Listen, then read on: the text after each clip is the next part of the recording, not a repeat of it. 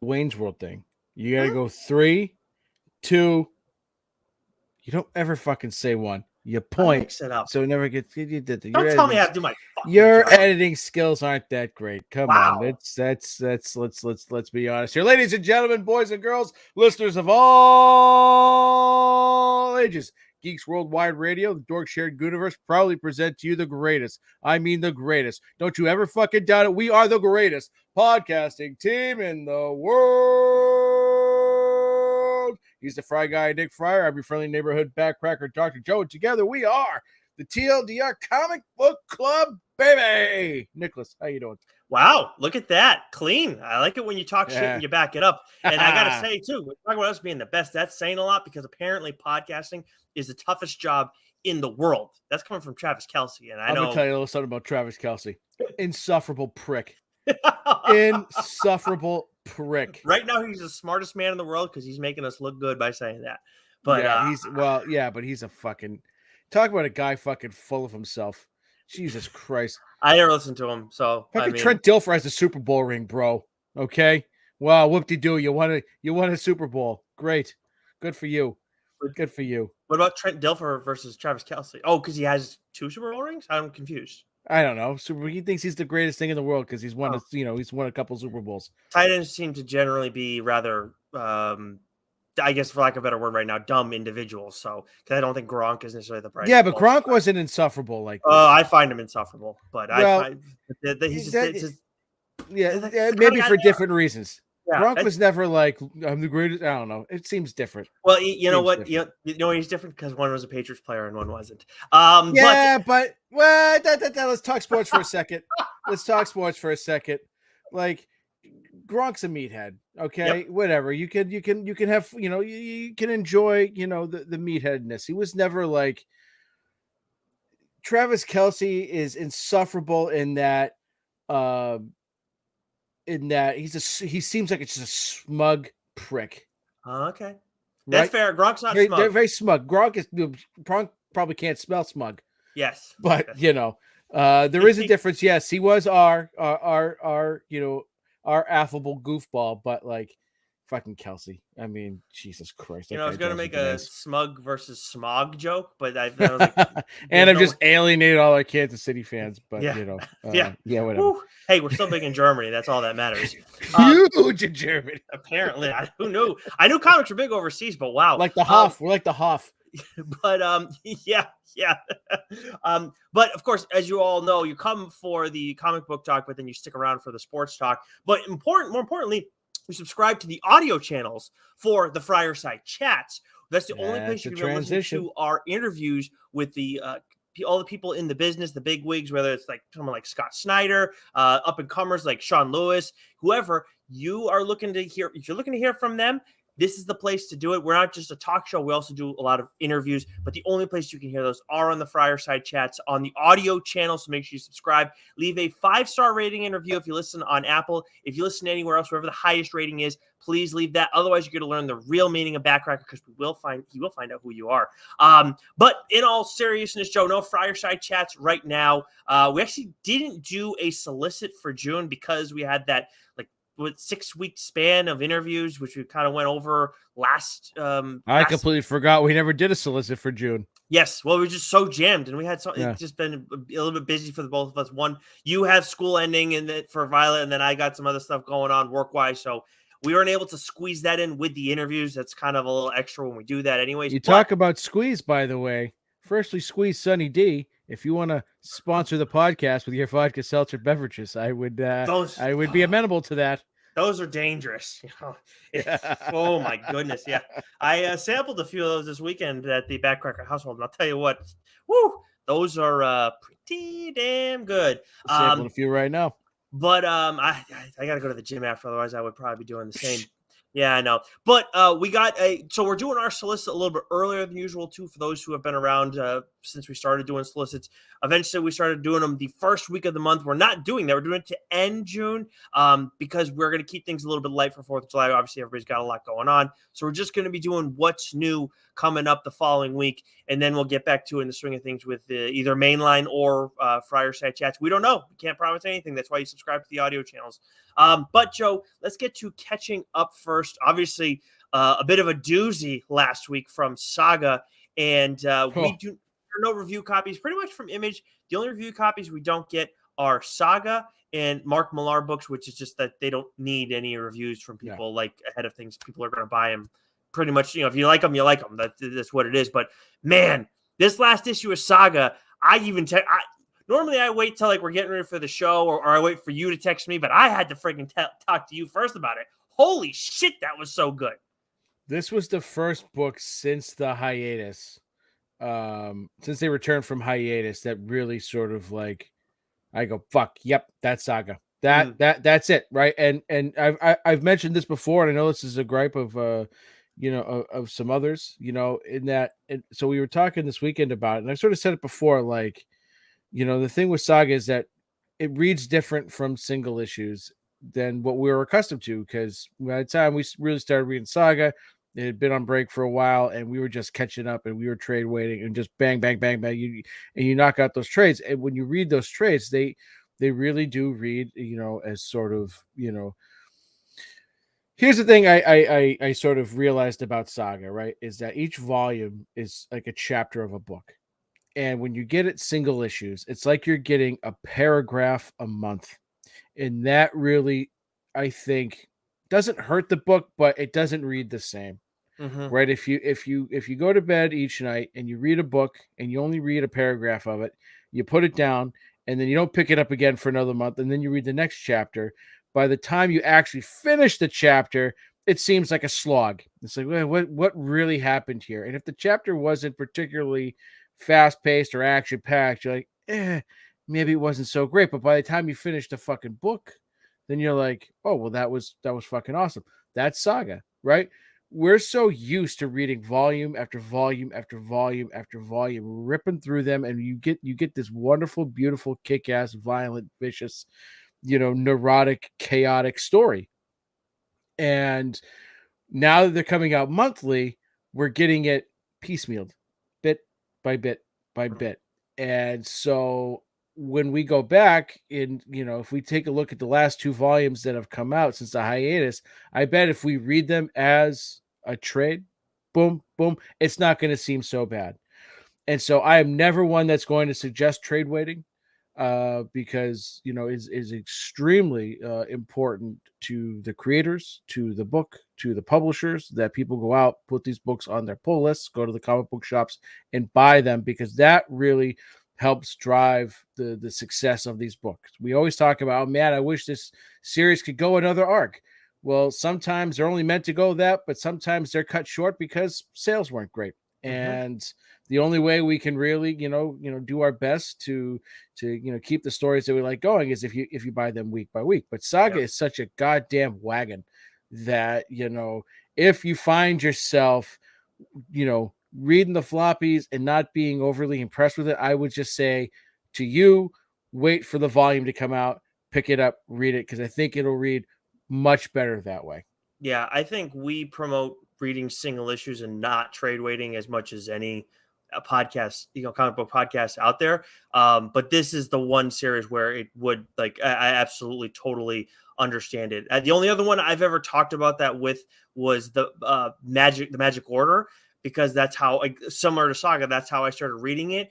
And I love that series and just want to read it all right at once. But at the same time, again, we're talking about Mark Millar, who is a very successful writer and puts out a ton of stuff. And, again, don't promote trade waiting, but those are ones where it's like you understand it a little bit to the end where it's like, I don't know why.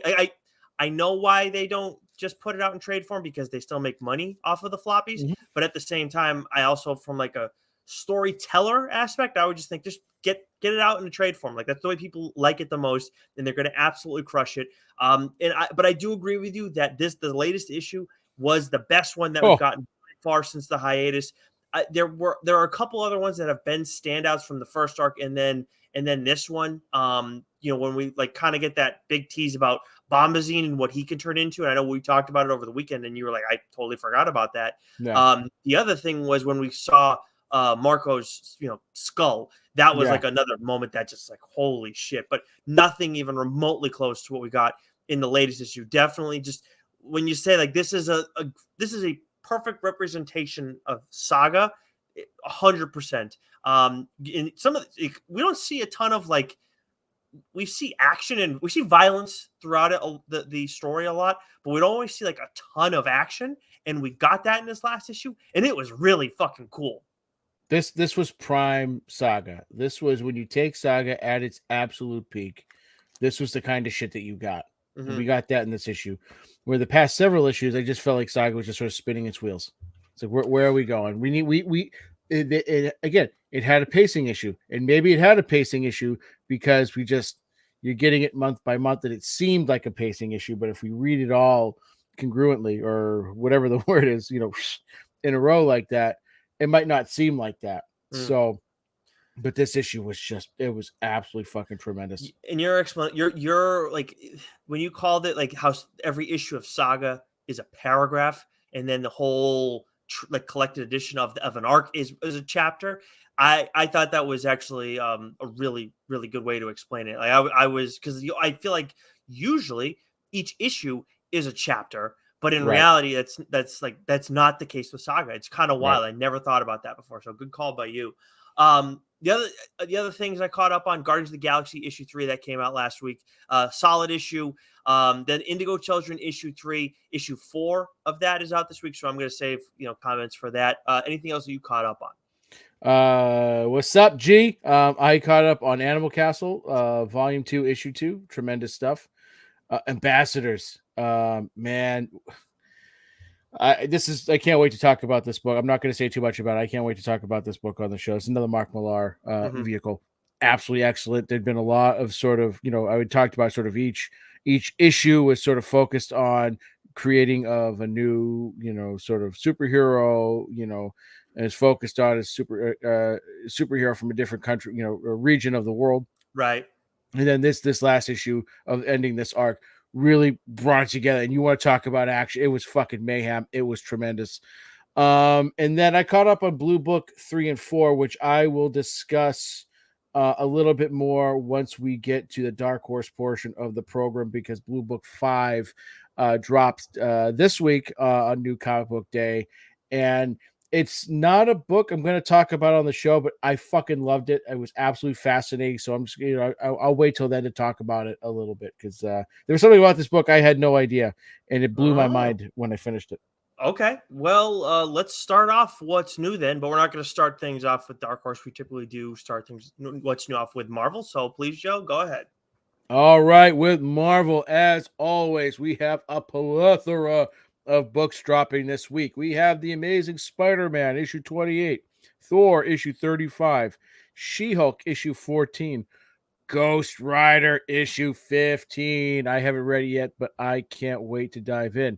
Deadpool, issue 8, Star Wars, Dr. Aphra, issue 33, Captain America, Symbol of Truth, issue 14, Darth Vader, Black, White, and Red, issue 3, X-Men Before the Fall, Heralds of Apocalypse, issue 1, Silk, issue 2, Carnage, Reigns, Omega, issue 1. I hate these Omega alphas.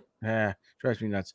Alien, issue 3, Daredevil and Echo, issue 2, Predator, issue 4, Storm, issue 2, Silver Surfer Ghostlight, issue 5, Avengers Beyond, issue 4, and Warlock Rebirth, issue 3. We go over to DC. Obviously, we got some big news from DC as we're recording this about Superman and Lois, two actors that I don't think either of us are too familiar with. I know that Lois is it the Marvelous Miss Maisel? Is that right? I think so. Yeah. I think she will make a great Lois. I think she will be more of a Lois in the vein that Margot Kidder was in the original, in Superman 78. She's got that vibe, which is just a lot less crazy than Margot Kidder was. And I have no, I off the top of my head, I can't recall the Superman, but Never seen I'm him before. hopeful. I'm hopeful. So, you know me, I love my soups. Yep. Yes, you do. And we got Action Comics 1056 out this week, along with Detective Comics 1073. Then we got Green Arrow issue 3, a series that I've been reading, having some fun with that. Again, if you're a Green Arrow fan, want to spend some time with Oliver Queen, it has been fun. I don't think it's a book I'll talk about on the show necessarily. It's not trending in that direction, but I am having a good time with it. Harley Quinn 31, Batman, The Brave and the Bold issue 2, Tim Drake, Robin issue 10, City Boy issue 2, Fables 159, Batman the Adventure Continues season 3 issue 6, DC RWBY issue 5, and then a book that Joe has called dibs on quite a while back when it first came out, The Riddler year 1 issue 5. Man, tremendous. Absolutely tremendous. So I've, each month when this has come out, I've sort of talked about it, and I've done a few shorts, put them on YouTube. Go make sure you follow TLDR Comic Book Club on the YouTube. And TikTok. And TikTok and Instagram and wherever you you social. But anyways, like what I've loved about this, Paul Dano's done a really great job, flushing out this character, giving you a wonderful origin story, and it's coming from the mind, it's really diving into the psychopathic, sociopathic nature of the character. And this issue 5, which very well could have been the finale, but it looks like we are getting more, which I can't fucking wait. I'm pumped for. This issue was very interesting because it was a lot of just journal entries. The page looks like a page of a notebook with just the writings of a madman. Like exactly what you'd expect if you'd watch Criminal Minds, and you see like the unsub and all the crazy shit and manifestos and stuff like that they write out, their journals and things like that. So it really dives into, for the first time, like we've seen how damaged the character is through the first 4 issues, but this is the one where we finally see that snap. And what's great about this issue is that this is the connecting, between where the Riddler has been, or where this character has been, to now where the Batman story takes place. And you even see in the art, he talks about buying a new apartment. He's looking out his window and you see the front of the Iceberg Lounge, like you get, from the movie. You see him holding the rug scraper, looking down sort of at the floor, right? Like it's that iconic scene that we get, in the Batman. And so it's really diving into now, like, all the connective tissue between all the politicians, the police, and everyone involved. So this was an excellent issue. Especially if you've been a fan of the Batman, this is the issue that really takes it from just being an origin story of the character of the Riddler to now putting it directly into, the movie, which was fucking fantastic. I can't wait to hear for you to talk about in the show. Just it's twisted, man. I've been dying to. Has Arnold Schwarzenegger showed up yet in this or no? Arnold. It's not that Riddler. Okay, I was a little confused. No, it's no Tommy Lee. He was no, Jim Carrey. Jim Carrey was the Riddler. Right. Jim Carrey was the Riddler, and yeah, you what the fuck you doing, Nicholas? You're better than that. I'm just fucking around. Anyways, let's go to Image. We got some big books, obviously, from them, as we always do. Yeah, this is Image always brings the fucking heat, man. World Tree 33. This is what I usually underline and discuss. World Tree 3.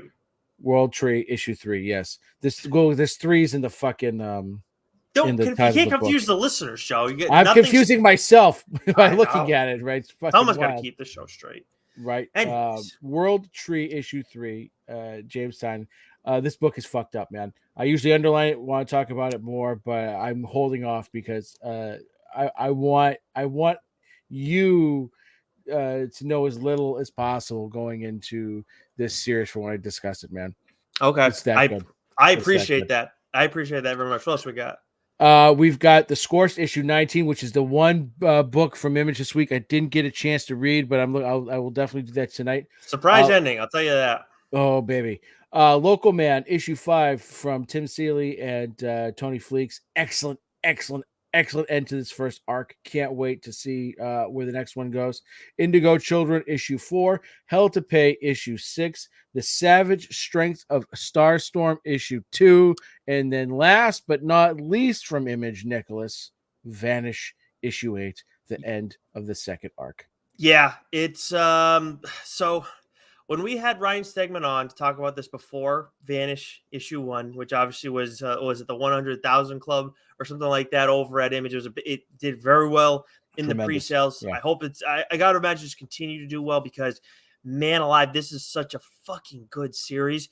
And the only thing is that the way that this is left, like if they don't want to come back to it, they do leave us in a place where they don't have to come back to it. I hope like hell that's not the case. I hope we get more Vanish. And that's the one standout, and I don't think that spoils anything. But what also blows my mind about this issue, Joe, is where from the jump, this series has been about like twisting things around with like the hero and the villain and just like blurring the lines.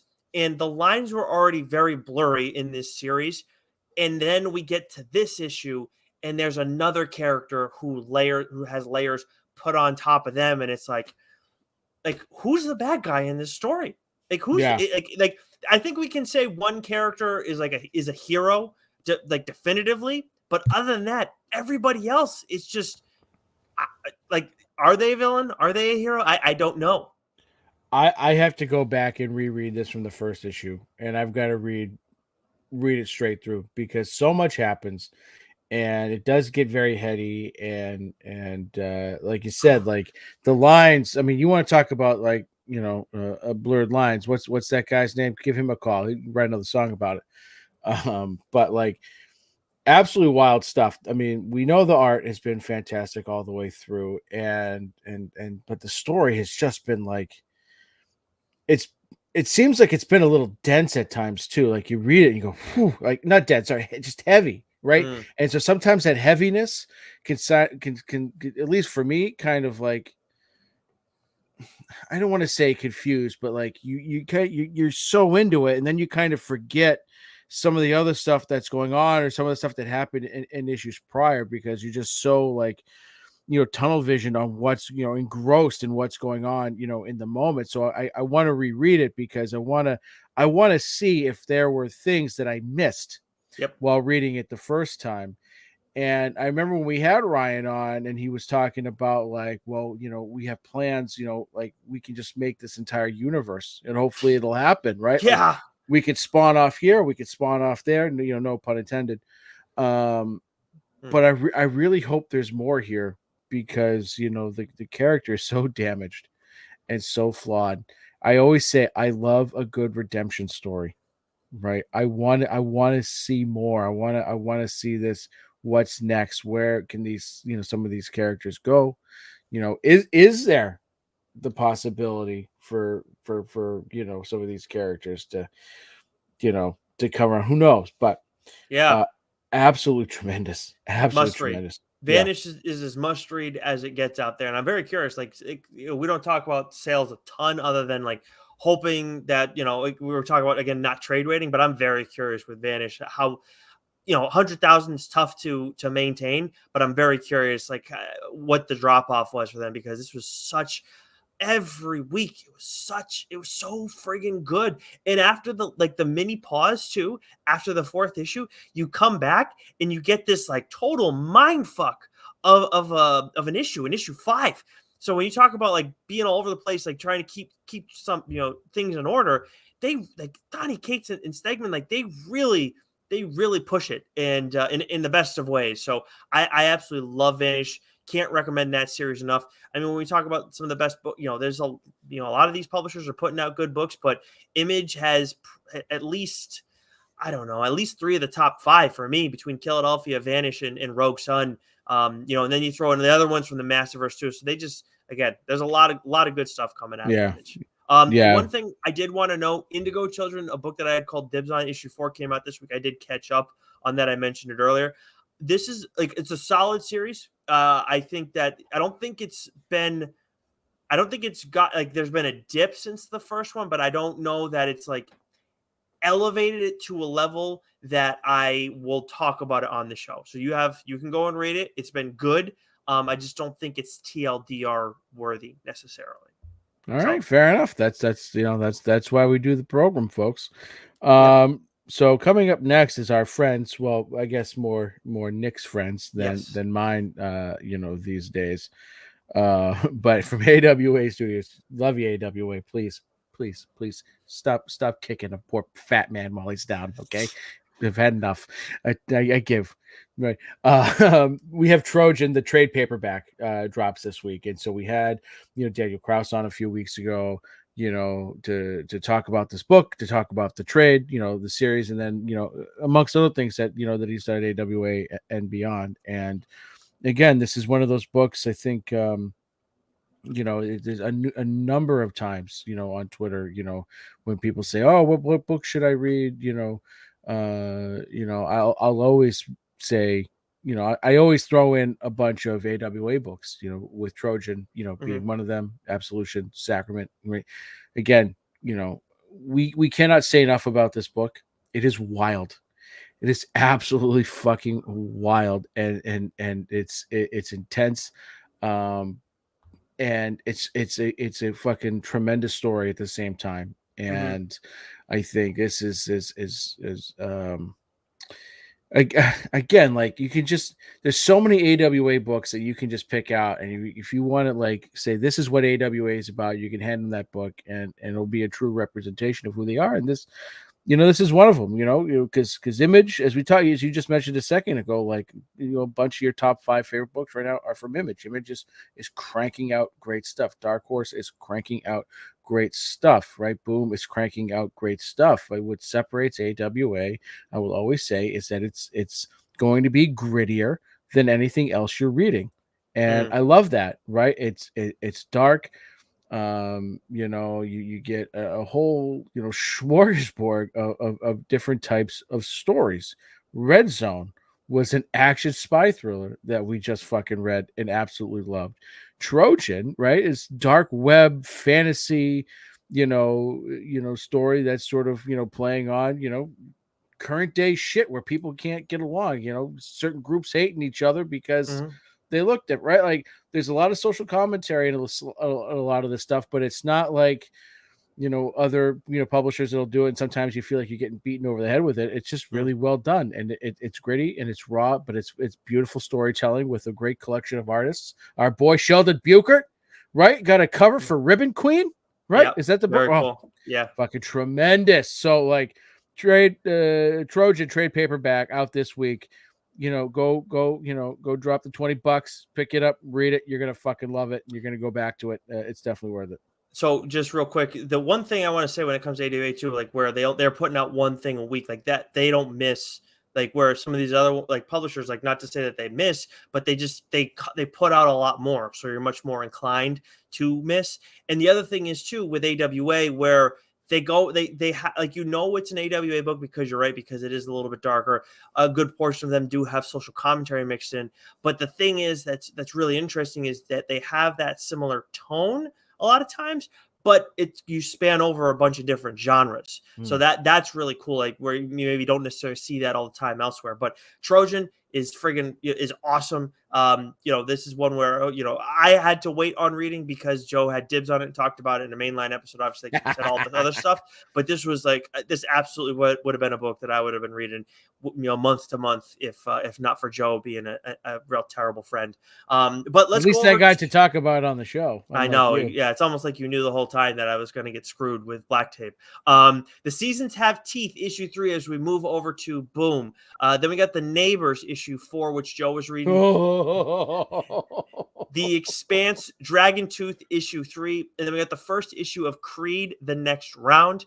Also, we got Power Rangers Unlimited, issue 1. I just want to touch on this one really quickly. We got Draken on the cover. We got Ranger Slayer on the cover. Once I know those two are going to be in the mix, I'm absolutely fucking in, because those two characters are amazing. And then going and reading this issue, really enjoyed it. A whole ton of action. And then, those two characters are at center stage. And Draken, while he's kind of he's working with the heroes. He's still at the same time like he's still a dick. So that's what I want. Like he is a villain. You can't trust him at all. And Ranger Slayer doesn't trust him one bit. So really enjoying the start to that, and hopefully we get more from this group. That it's set up that there can be more. I think, but we'll see. That's not something that I know for sure as of yet. Okay.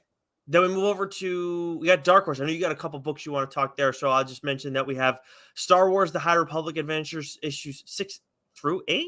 Yeah, I don't know. It said on League of Comic Geeks, it did this a couple of times throughout the month there. Issue 6, 7, and 8. So then that probably means just 6. You could have just asked me. I would have. It's in the folder. I could have checked that. Yeah, all 3 are in the folder. So that's why I put it. Oh, don't come at me, son. All 3 are in the fucking folder. All right. Yeah. My apologize. Then we also got Masquerade issue 6, Space Job issue 4, Hellboy and BPRD 1957 Fearful Symmetry. I think it's just a one shot. That's how it read when I read it. Saw a little thing. If you're looking for a little Hellboy itch, I wouldn't say it's my favorite Hellboy thing that we've got. I've been reading a ton of Hellboy, over the past year or so, but it was okay. It was just a little thing. But we got 2 Dark Horse books that you want to talk about. Both James Tynion vehicles. So the first one I will do is Christopher Chaos. So this is the long title, The Oddly Pedestrian Life of Christopher Chaos. As you can see in parentheses there, Dibs. Yes. Right. So this is a book I have to read again.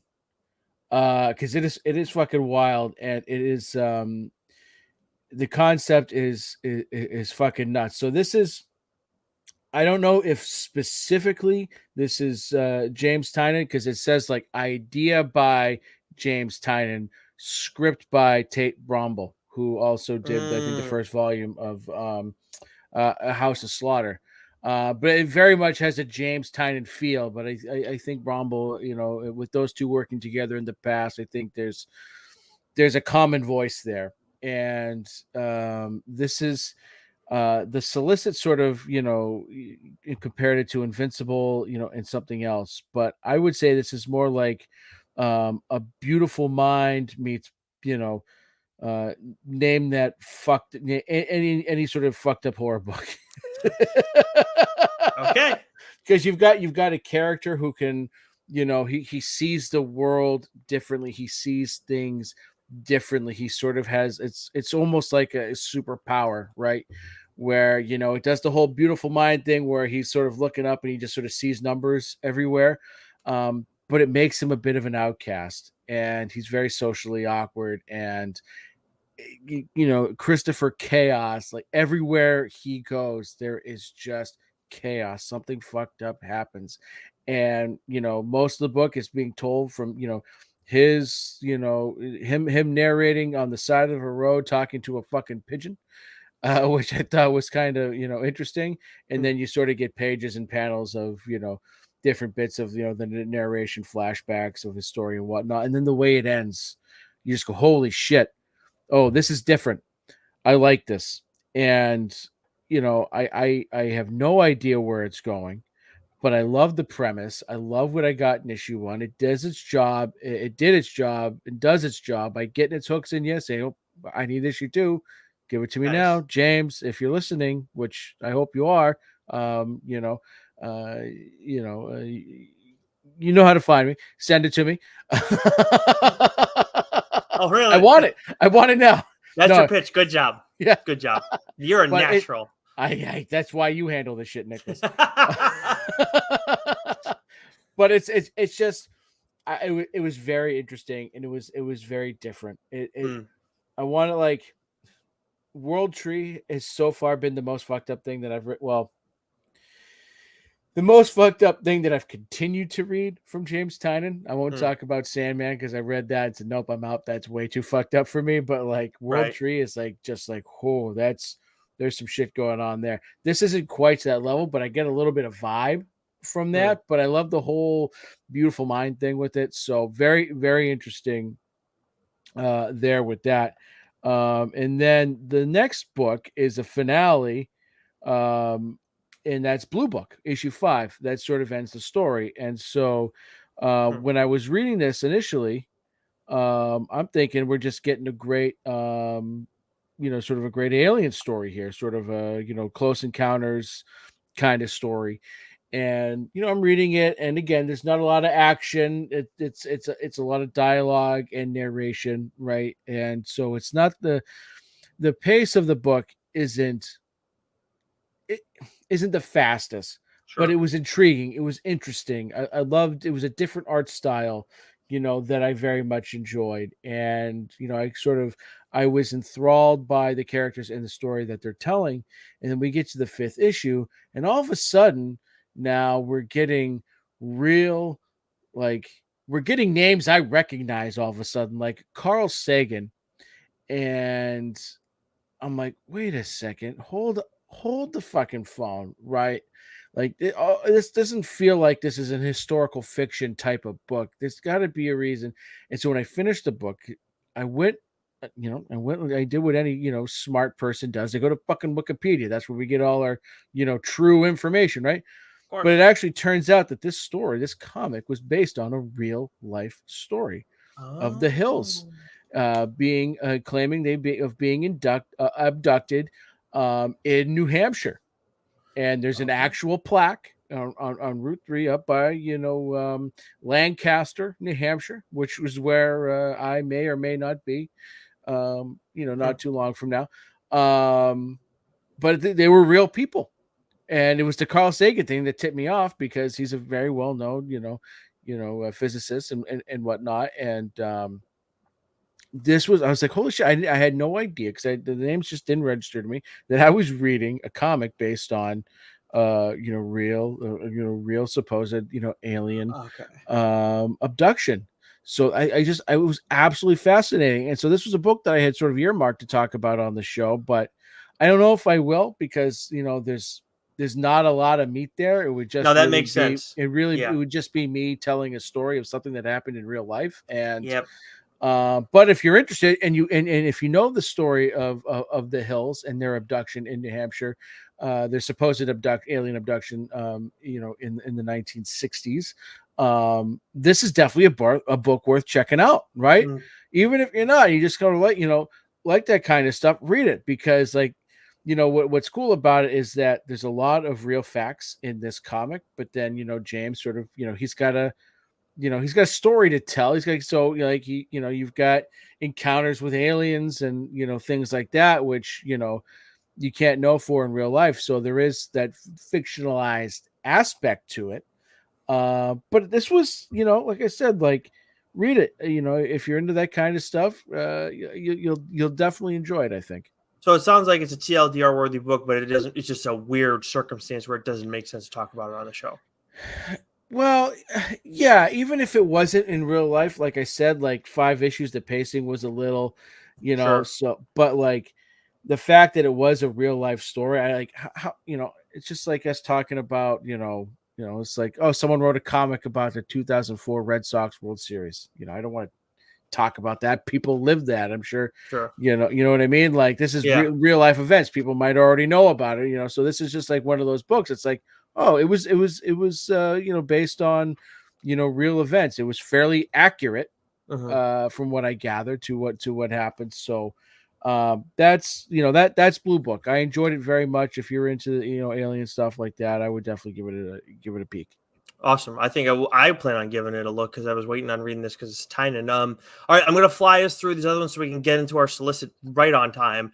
From IDW, this we've got TMNT Last Ronin Lost Years issue 4, TMNT Usagi Yojimbo issue 4, TMNT Saturday Morning Adventures Continued issue 2, Dungeons and Dragons Saturday Morning Adventures issue 4, Bryn Mawr issue 1, Dark Spaces Good Deeds issue 2, My Little Pony, Bridal Woodstock, issue 1.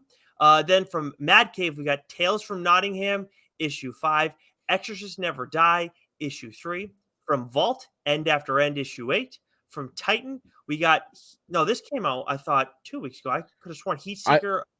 Yeah, it was on League of Comic Books for this week, so it might have been supposed to come out, and then maybe it got pushed. Okay, but yeah. Heatseeker, a Gun Hunting series, issue 1, something we're interested in checking out. We had the review copies for it. That'd be weird if it got bumped. But anyways, from Dynamite, we got Darkwing Duck issue 6, 007 for King and Country issue 3. What? What are you looking at me like that for? We did get the review copy for that?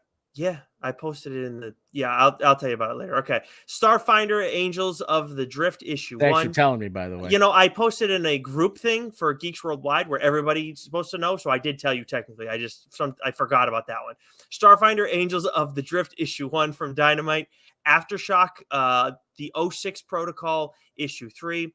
From Comixology, it's listed at Canary issue 6, but I think we still got a while on that based on when we talked to Dan Panosian a little while ago. From Whatnot, we got The Exiled issue 5, which is from friend of the show, Adam Lawson and Wesley Snipes. Then we got Ninja Funk one shot, Bolos Playground issue 1, which I don't know if we'll be reading that. Then from Source Point Press, we got Murder Bukkake issue 1, which okay, that's what it says. I know. I wasn't gonna fucking put it in there. I'm like, you gotta. Yes. You absolutely have to include this book in the notes this week. Yes, it's So there you go. Anyways, so now that we're this is gonna be we're gonna I don't know how we're gonna Bert, you gonna read Murder Bukkake when we pick that comic up for you? Send it your way. Seems like it'd be right up your alley. You're gonna have to. But anyways, let's get going on the solicit. We got 4 weeks to cover in the month of July, Joe. Let's start with the week of the 5th. Right after the 5th. All right. So 4th of July week, day after 4-0J. I'll just say this real quickly. July seems like a weird month for books.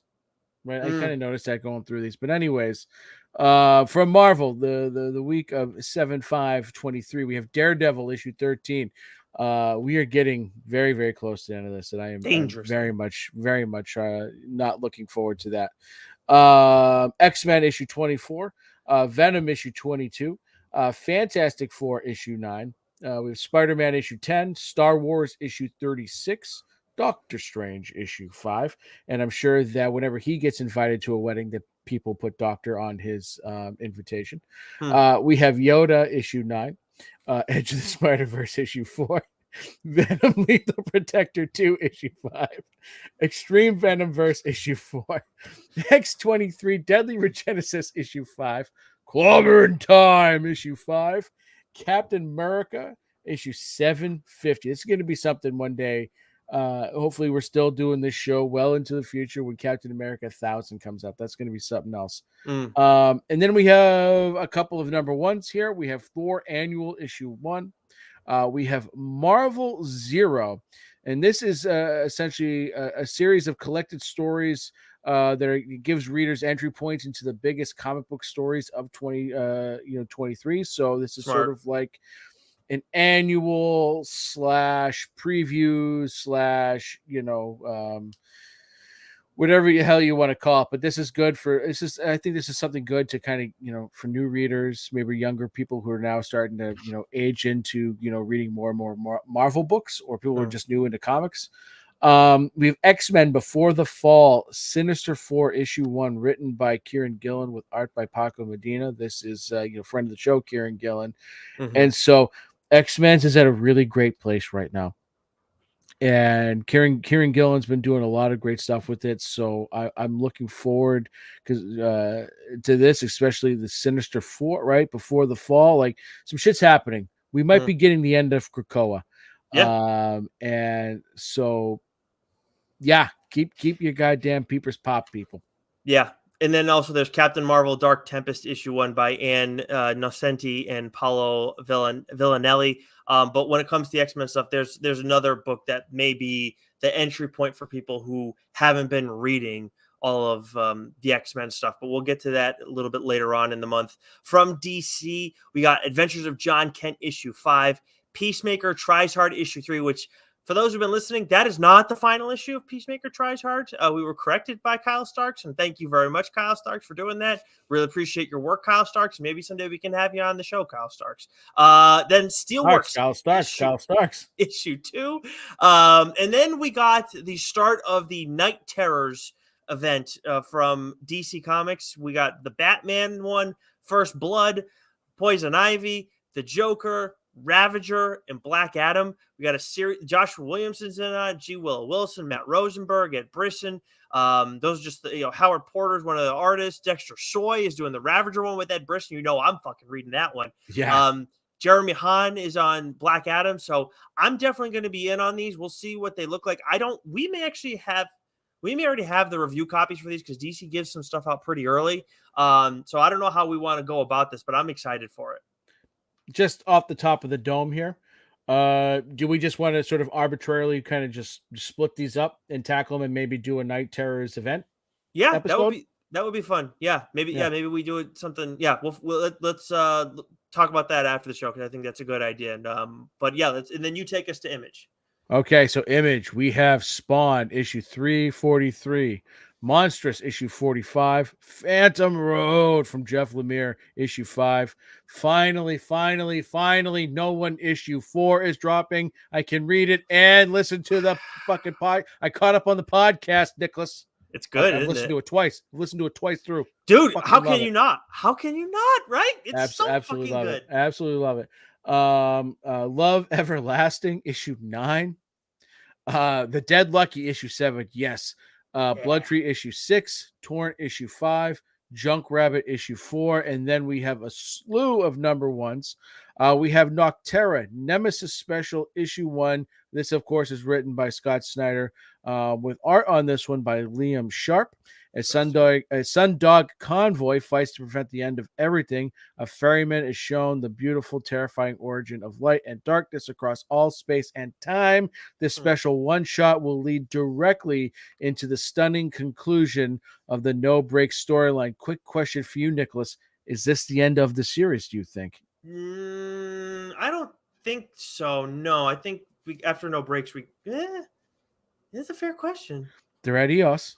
Right? I mean, what more is there to tell, right? Yeah. I could see maybe one final arc, but I feel like how much more is this there to tell? I hope there's more. Absolutely fucking love it. Yeah. But just that's going to pop into my head. When that day comes, that'll be an interesting experience because Nocterra is like such an important comic to like TLDR in general. So it really is.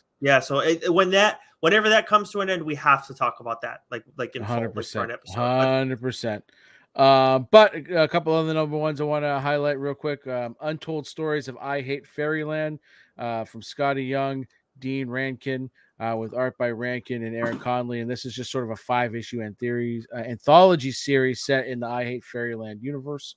But we have Swan Songs issue 1, written by W. Maxwell Prince. Of course, he is the writer of Ice Cream Man. With art by Martin Simmons. I feel like the two of those is a fucking horrifying mix because Martin Simmons' art, he was the artist with Tynan on Department of Truth, and that was some wild, creepy shit. But Swan Songs comprise the stories about endings, the end of the world, the end of a marriage, the end of a sentence. Excuse me. Which and then it says the end of the world, which I suppose might be considered the beginning of the new world. Mm-hmm. This has a similar vibe to the Silver Coin. Silver Coin was all drawn by Michael Walsh, but it had... Yes, that is correct. Sorry, holy smokes. Was all drawn by Michael Walsh, but had different writers for each issue. This has the same writer for each issue, but different artists. Again, Martin Simmons, Casper Wingard, right? Holy smokes, I can only imagine what those two come up with. Felipe Andrade. So that's going to be, I think, absolutely batshit crazy. I'm looking forward to that. And then we have Weird Work, number 1, by a team I am not familiar with, Jordan Thomas and Shaky Kane. Fucking love that name. Nick, can you read the synopsis? Because I'm dying here.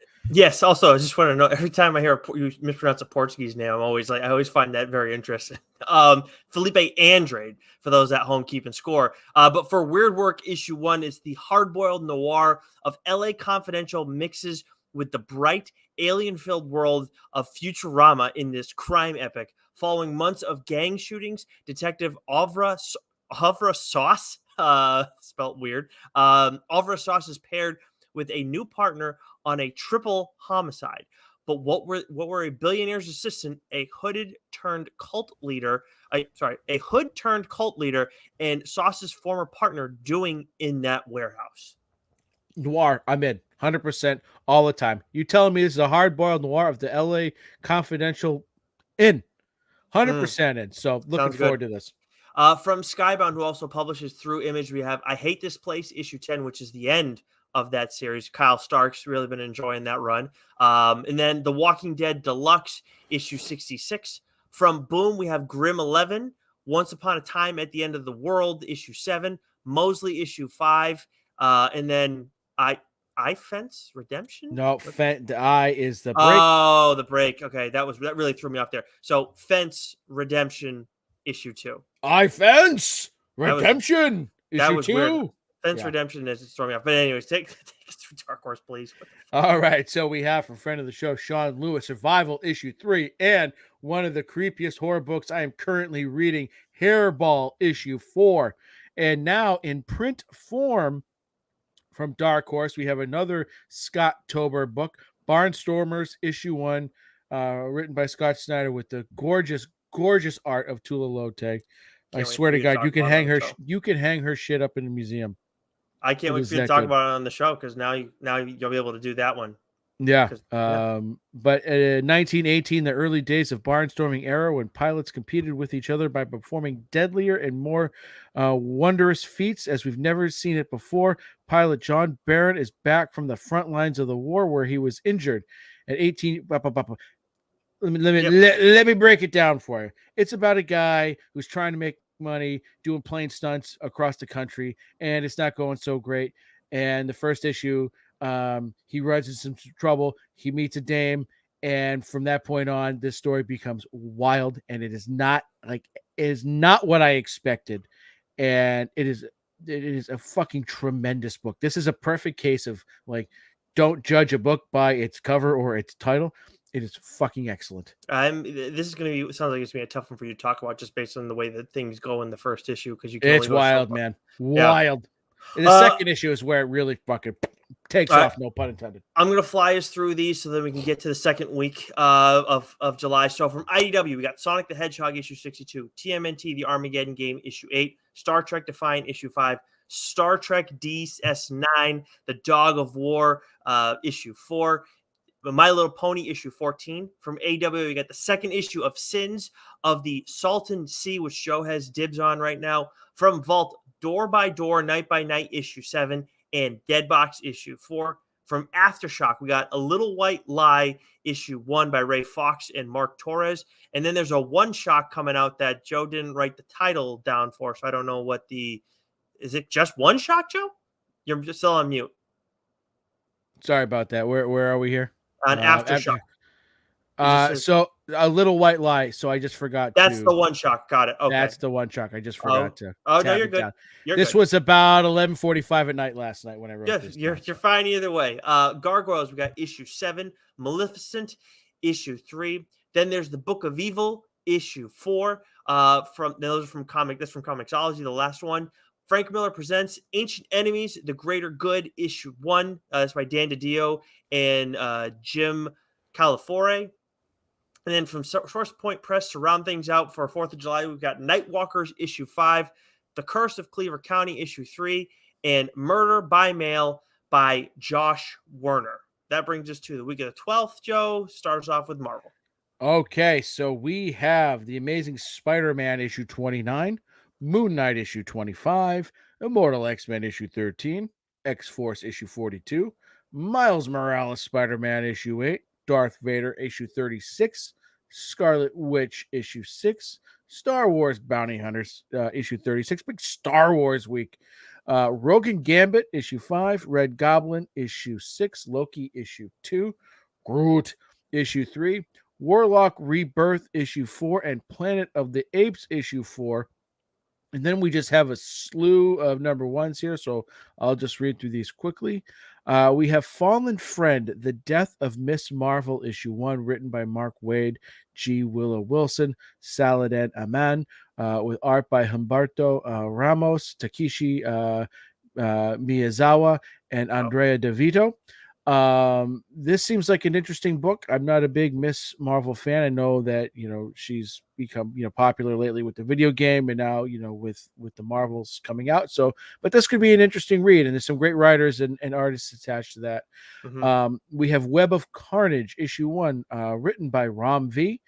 With art by Francesco Mana. This is definitely one I'm going to check out, even though I'm a little carnaged out. I still think Cletus Cassidy is just one of the most vicious villains out there, and Sure. I'd love to see how Ram tackles this character. And then we have a book coming out that I don't know if we really need, but we're getting. X-Men Days of Future Past Doomsday issue 1, written by Mark Guggenheim with art by Manuel Garcia. And this is sort of like the lead up, the days and time leading up to the Days of Future Past. I don't know. Yeah, it doesn't that doesn't really. I think they're just sort of banking on having Days of Future Past in the title and hoping that it sells well. Don't know if we really need that. But lastly, another book that sounds kind of interesting, a what if story. Dark Loki, issue 1, written by Walt Simonson with art by it's either Scoot Eaton or Scott Eaton. I might have forgotten a vowel in there. But we'll see. I think either way. Either way, you take us away with DC, Nicholas. So we got the week of the 12th. We got Superman Lost issue 5, Unstoppable Doom Patrol issue 4, Danger Street issue 7, Batman Incorporated issue 3, Wildcats issue 9, Multiversity Harley Screws Up the DCU issue 5, Looney Tunes 273. Then we got World's Finest Teen Titans issue 1 by Mark Waid in Emanuela Lapacino.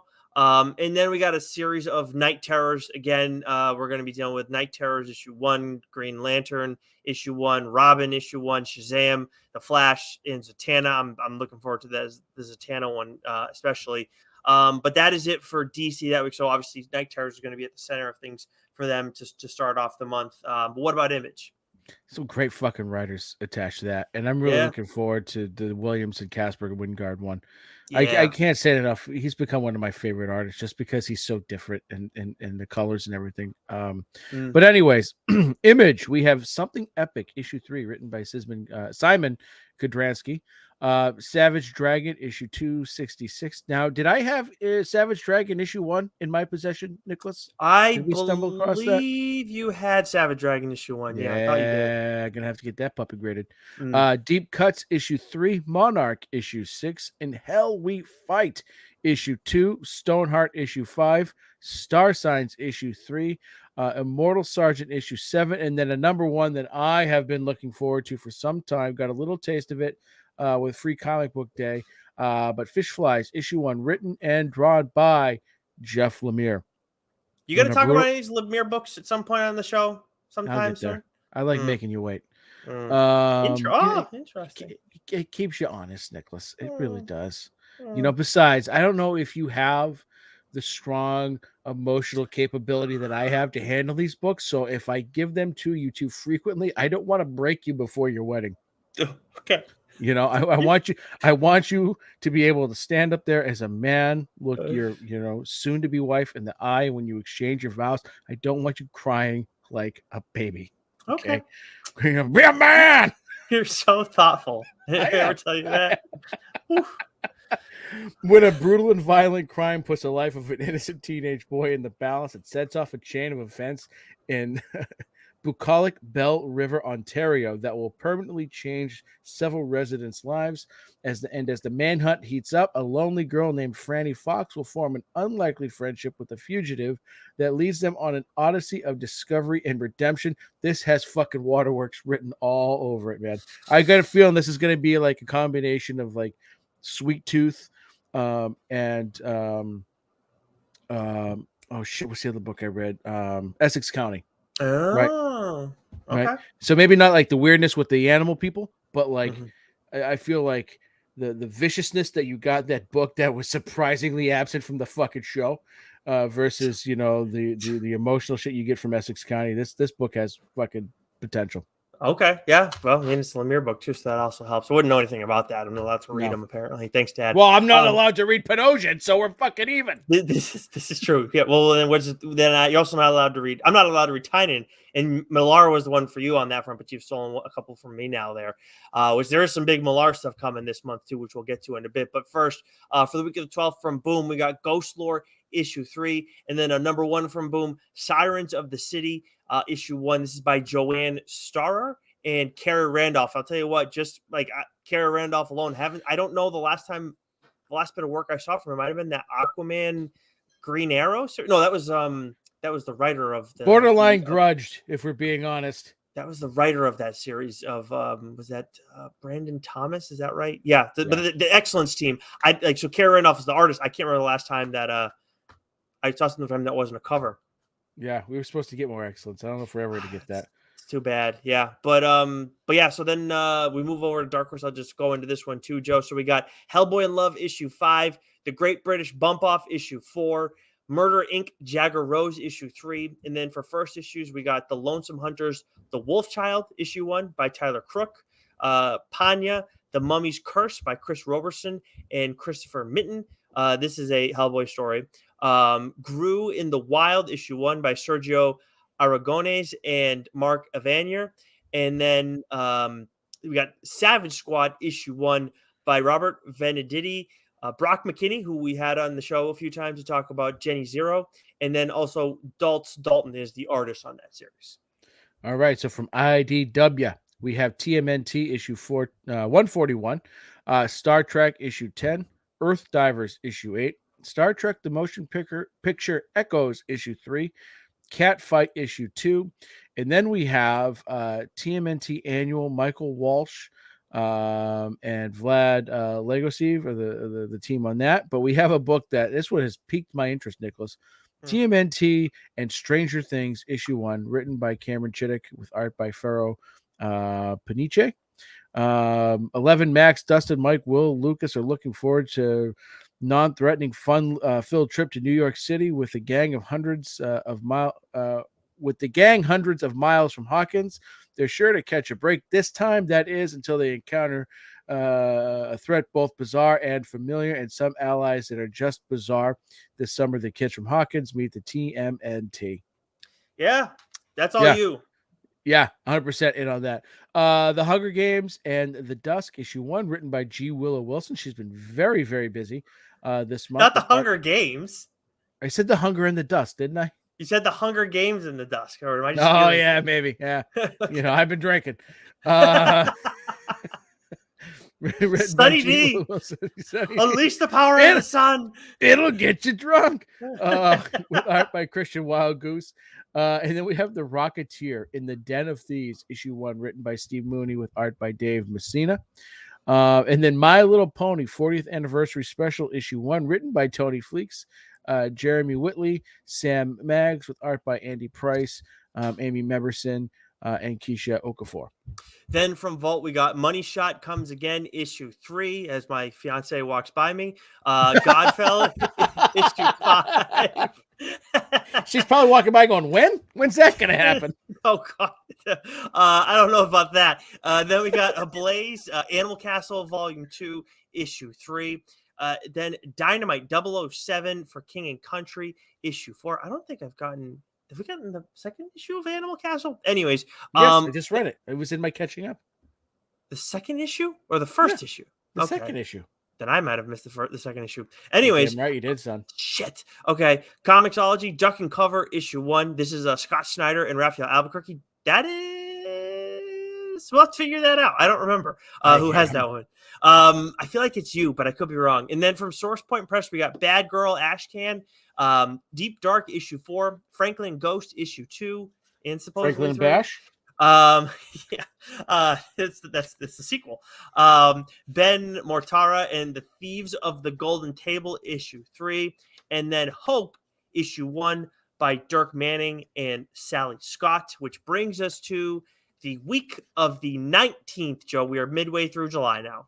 Okay, so on the 19th from Marvel, we have Wolverine 35, X-Men Red issue 13, Ghost Rider issue 16, Guardians of the Galaxy issue 4, Star Wars Dr. Aphra issue 34, Extreme Venomverse issue 5, Spider-Gwen Shadow Clones issue 5, Cosmic Ghost Rider issue 5, Alien issue 4, Black Panther issue 2, New Mutants Lethal Legion issue 5, Deadpool Batter Blood issue 2, Avengers Beyond issue 5, Spider-Man India issue 2, and a few number ones here. We have Moon Knight City of the Dead issue 1, written by David Pepose, with art by Marcelo Ferreira.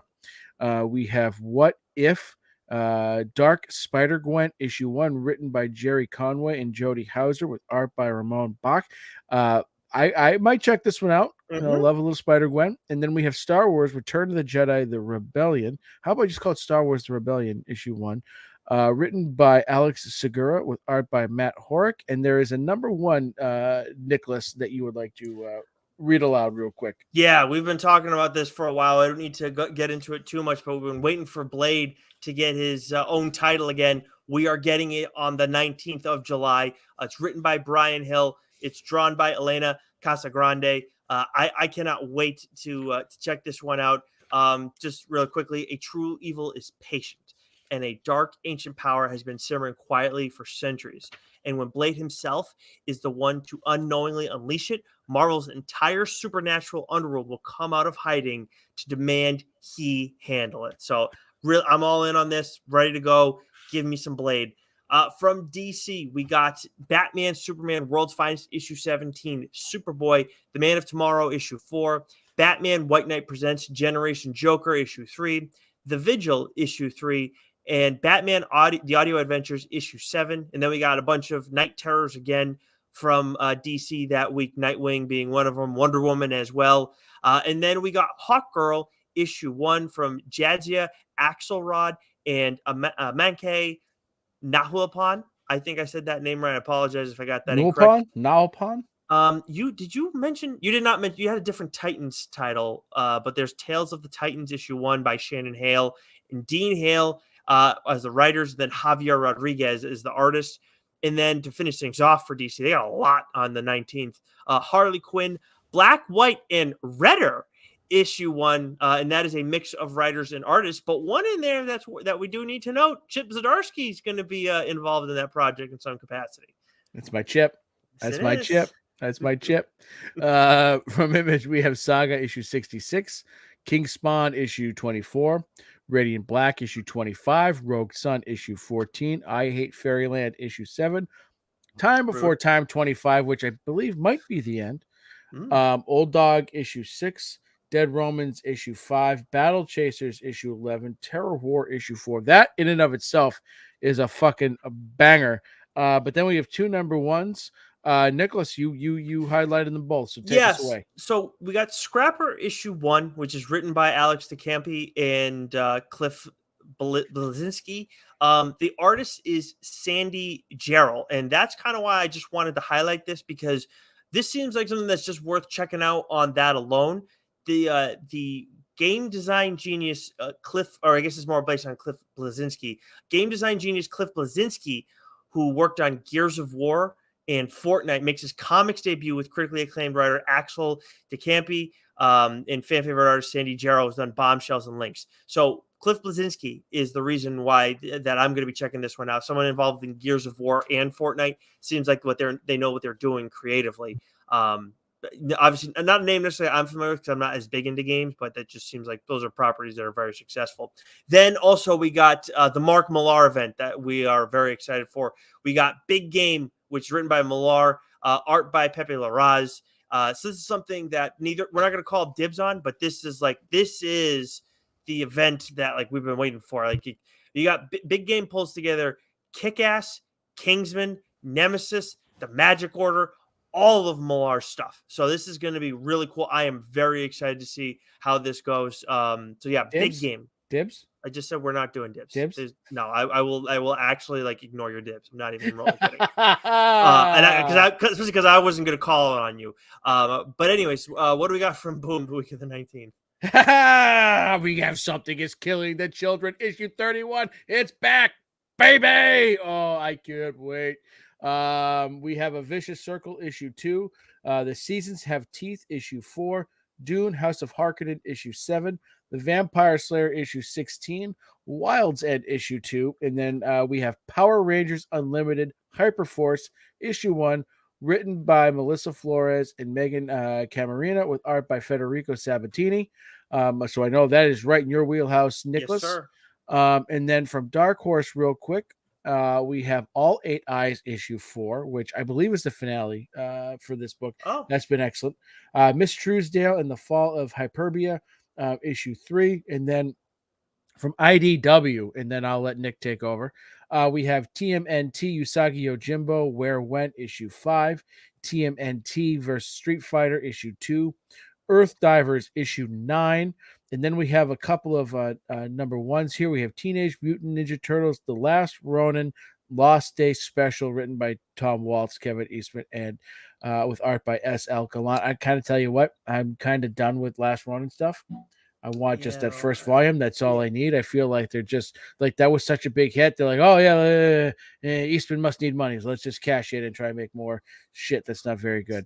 And then we have Star Trek Day of Blood issue 1, written by Jackson Lanzig and Colin Kelly and Christopher Cantwell, with art by Ramon Rosanas. And then nothing that we know of at the moment from AWA, but we will check and see, because I feel like there might be a trade paperback coming out this week. But Nick, hammer through the rest of these here for us. Yeah, and then we also got TMNT Best of Karai for IDW as well. But yeah, we'll see what, because we know that we talked about Black Tape Collected Edition, so I'm not sure if that's the 19th. I feel like it was. We said it a million times in the interview, but either way, from Vault, we got Queen of Swords, A Barbaric Story issue 2, and Unnatural Order issue 1, written by Christopher Yost and drawn by Val Rodriguez.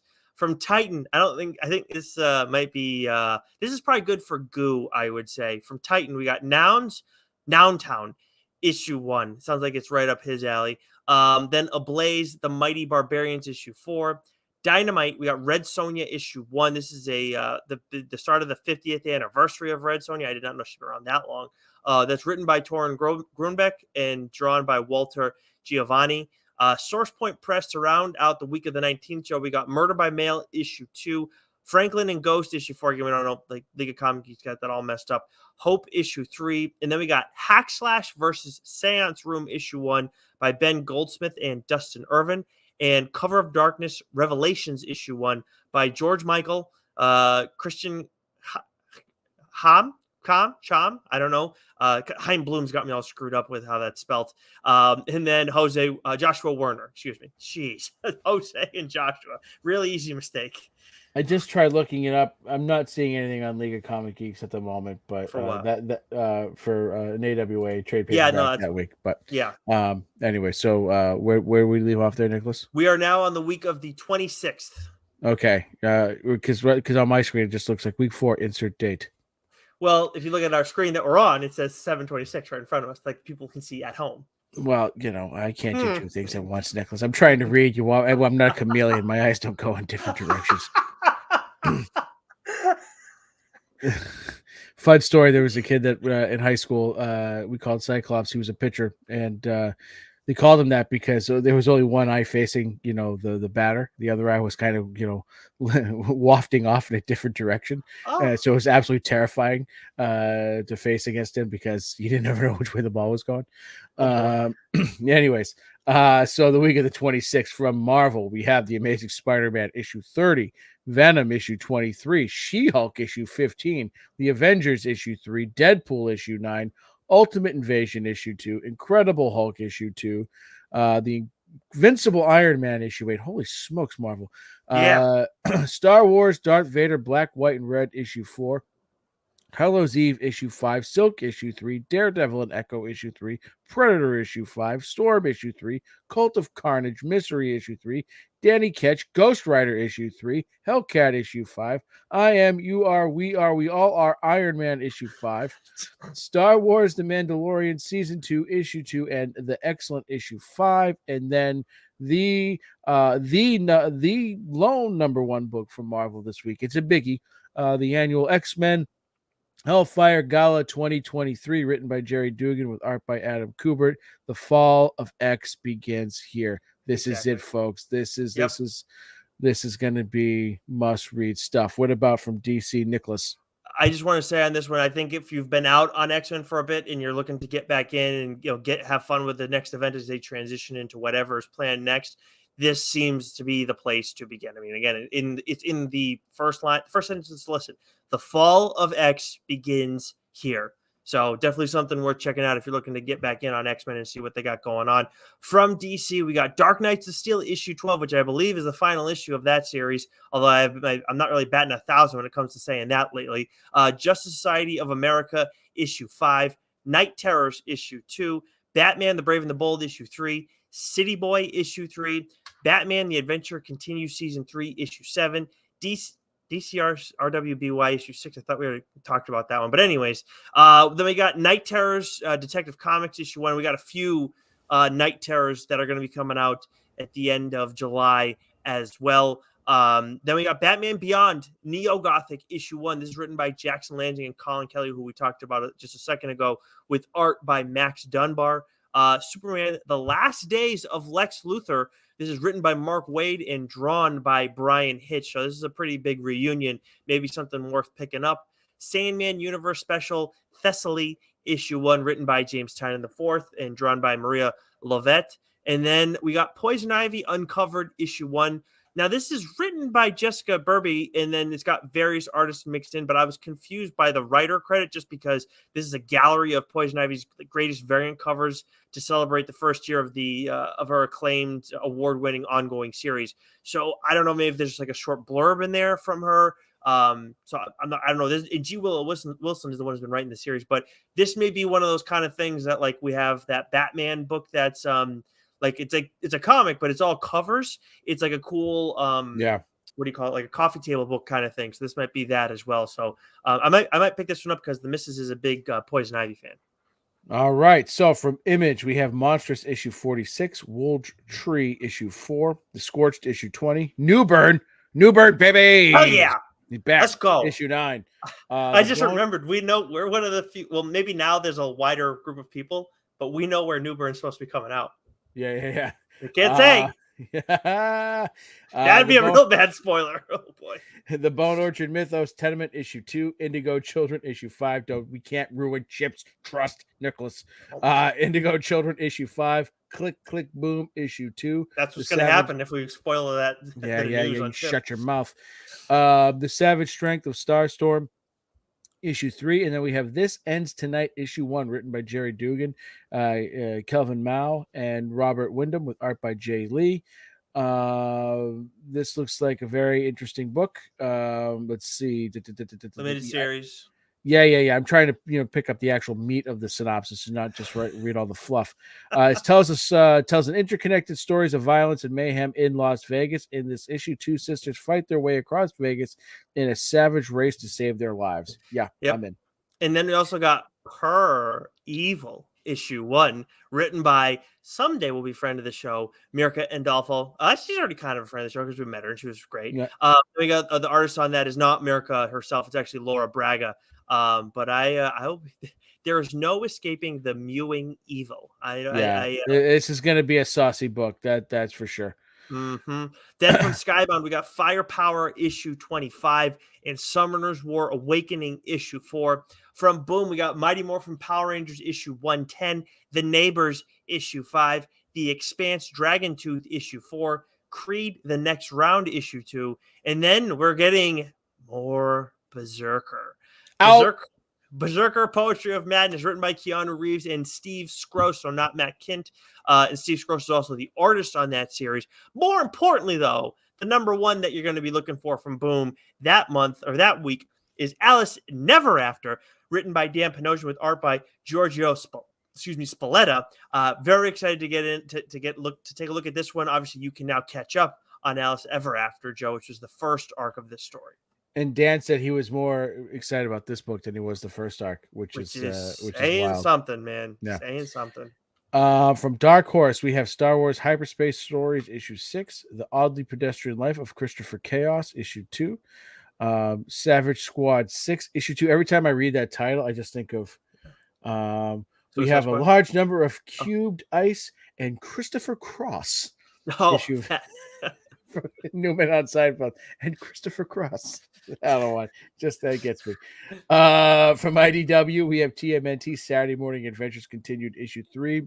Godzilla, Monsters and Protectors, Summer Smash issue 1. And My Little Pony Camp Big Hoof issue 1. What do we have from AWA, Nicholas? what do we that have? I kindly, I can't believe it. So, Yes. yeah. You know why you did it? Because somehow we're gonna get Garth Ennis on the show, so I 100%. can't actually fucking talk about it on here. 100%. I can't even get mad if that happens, though. You know that. The Ribbon Queen, issue 1, written by Garth Ennis with art by Jason Burrows. And I'll tell you what, if you follow AWA on Twitter, they just tweeted out like an image from the series, and I was like, what the fuck is this shit? This is gonna be This twisted. looks messed up. So just to read a little bit of the synopsis, there is something ancient and terrible loose in the world of men, something that hates them with burning passion, that bears a grudge born of 10,000 years, something that wants revenge. I don't need to hear more than that. I don't need to hear more than it's Garth Ennis who's writing this series. So I'm going to be checking this out. Yeah, and then just to round things out, Joe, we got Vault, the Nasty issue 4. I gotta finish reading issue 3. You graciously let me borrow your copy because I can't find it anywhere, which is a good thing, I hope, for John Lee's friend of the show. But either way, Nightfall double feature issue 4, End After End issue 9, from Titan, Blade Runner 2039 issue 5, Heat Seeker, a Gun Honey series issue 2, Dead by Daylight issue 2, and then we got Conan the Barbarian issue 1, which I believe the main cover is actually drawn by Dan Panosian, written by Jim Zub and art by Roberto Della Torre. Then we got Ablaze, Traveling to Mars issue 8, and then to round things out, Dynamite, we got Gargoyles issue 8, Draculina, Blood Simple issue 5, Vampirella, The Superpowers issue 3, and then Pathfinder, Wake the Dead issue 2. That is a solicit. It is. There's a lot of good stuff coming out, more so to the end of the month, and it's got to be the holiday that's messing everything up. Yeah, sales probably can't be tremendously high. 4th of July week, Yeah, maybe this first few weeks, kids out of school. People going on vacation, things like that. So, but it does seem to end with a bit of a bang. But I think this month is really going to be the DC event that's going on. Yeah, the DC event, and then the start of the Mark Millar event. I think those are the big 10 polls for us. And then obviously, I can't wait for the start of the Garth Ennis series too. But that is it for this week. Reminder: we're just going to what's new because obviously the holiday. Everybody have a safe and happy 4th, Joe. I will be talking to you on the 4th in some capacity. But until then, stay sexy. It.